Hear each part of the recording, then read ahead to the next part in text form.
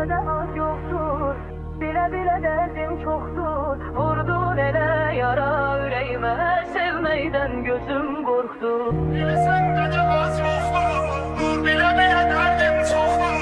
Vurdun ele yara yüreğime, sevmeyden gözüm korktu.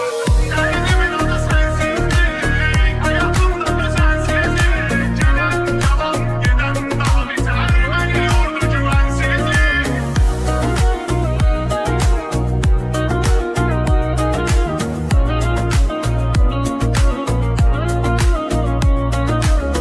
Elə dön sənsizlikdən sıxılmayın. Toparlanın saçların kimi dağılmayın. Səni tanıyana dək illərlə düşünürdüm. Görən arasından tutun eşqin yıxılmayın. Bu adam səhv eder özünü evə bağlayaraq.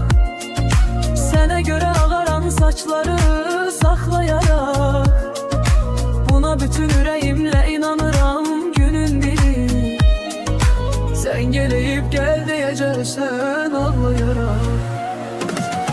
Elə səndə də az yoxdur. Dur bilə bilə dərdim çoxdur. Vurdun elə yara ürəyimə, sevməkdən gözüm qorxdu. Dərdimin adı sənsizlik, hayatımda düzensizlik. Gələn yalan gedən daha betər, məni yordu güvensizlik. Elə səndə də az yoktur. Bile bile derdim çoktur. Vurdun elə yara yüreğime, sevməkdən gözüm korktu.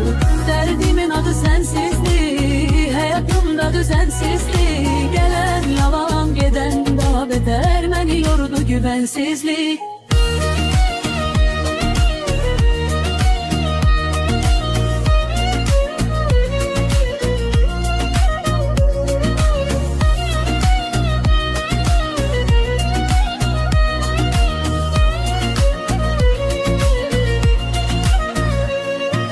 Haçansa yaranar qayıtmağa cəsarətin.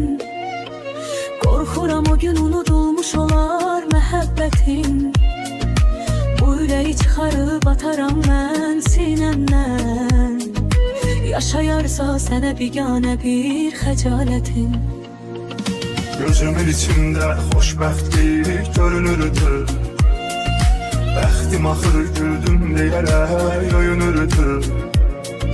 Mənə hər kəsin etdiyini necə etdin axı. Səni bu adam hamıdan fərqli düşünürdü.